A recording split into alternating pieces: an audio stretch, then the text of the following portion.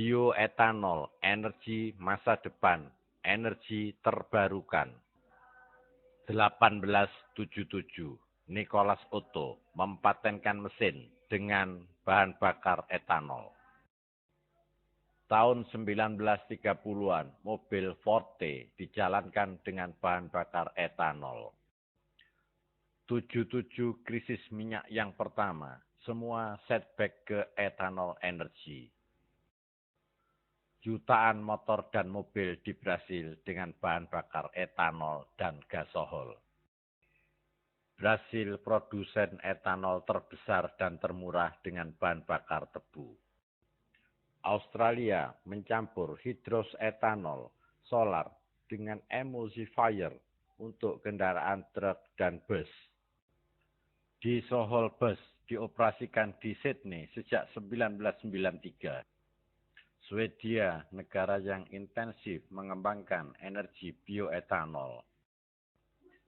Di Asia, Thailand dan India, negara terdepan dalam pengembangan biofuel. Bahkan Myanmar tidak mau ketinggalan. Menurut rencana tahun 2008, Indonesia punya 600.000 hektar tanaman tebu dan singkong untuk memproduksi 2,95 juta kiloliter etanol.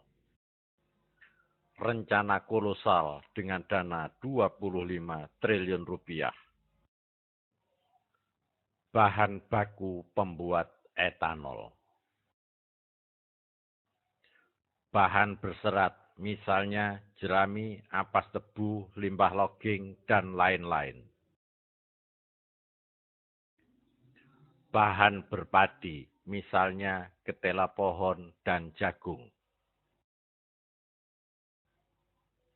Bahan sakarin, tebu, tetes tebu, dan batang sweet sorghum.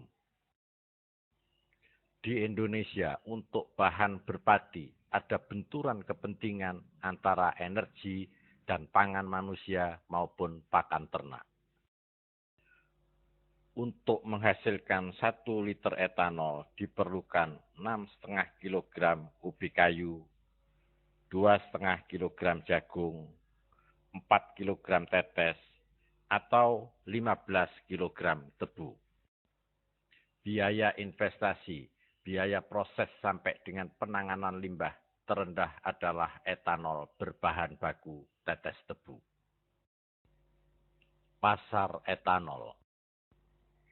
Hidrosetanol terserap untuk industri rokok, industri farmasi, industri kosmetika, dan juga furniture industri dan industri lain-lain.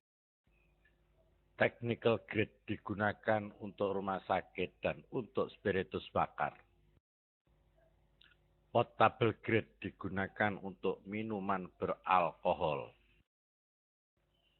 Hidrosetanol mudah dibuat dan ekonomis pada skala kecil. Perlu mekanisme pengawasan yang jelas agar tidak terjadi penyalahgunaan pemanfaatan untuk minuman keras. Mengkonsumsi miras secara berlebihan sangat tidak baik bagi kesehatan dan sangat dekat hubungannya dengan kejahatan-kejahatan lainnya, narkoba, prostitusi, dan lain-lain. Proses pembuatan hidrosetanol dari sakarin material. Fermentasi diikuti destilasi. Dalam larutan yang asam, disakarida terhidrolisis menjadi monosakarida. Selanjutnya, jutaan ragi merombak rantai karbon monosakarida menjadi gugus baru etanol tanpa kena lelah dan tanpa ada kesalahan sedikit pun. Pada saat kadar alkohol tercapai 12% dan akibat panas yang ditimbulkan, matilah ragi-ragi sebagai syuhada. Proses ini disebut proses fermentasi. Proses selanjutnya adalah proses penyulingan dari hasil fermentasi. Plate perforated dan bubble plate perforated destilasi yang banyak dipakai. Konvensional destilasi ini hanya mampu menghasilkan hidrous etanol. Untuk fuel grade etanol, hidrous etanol didehidrasi sampai dengan kadar etanol mencapai 99,9%.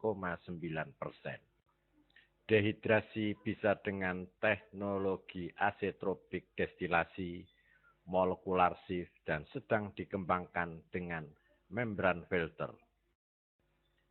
Usaha ini hanya layak pada skala besar. Uji pembuatan etanol berbahan sakarin material, tetes tebu. Fermentasi dilakukan 2 hari dengan menggunakan ragi roti. Destilasi dengan kolom tunggal, meskipun dengan temperatur yang terkendali, hanya mampu menghasilkan etanol dengan kadar 45%. Uji selanjutnya dengan double kolom, dengan marble packing dan reflux, manual adjustment temperatur dapat dihasilkan etanol dengan kadar 94%. Denaturasi dengan kerosin menghasilkan etanol dengan kadar 92%.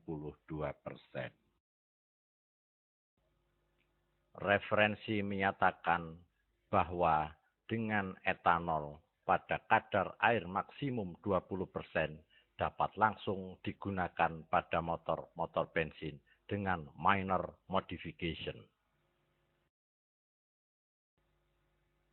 Dan dengan segala keterbatasan telah kami coba implementasikan pada motor bensin hand traktor dan pompa air pedesaan.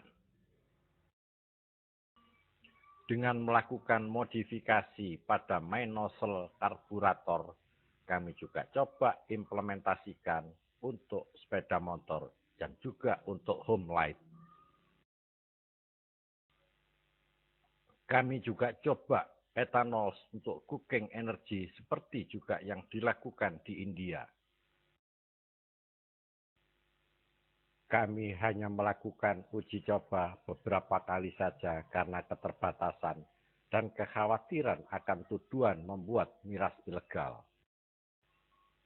Tentu untuk terapan lebih luas masih perlu kajian yang lebih mendalam.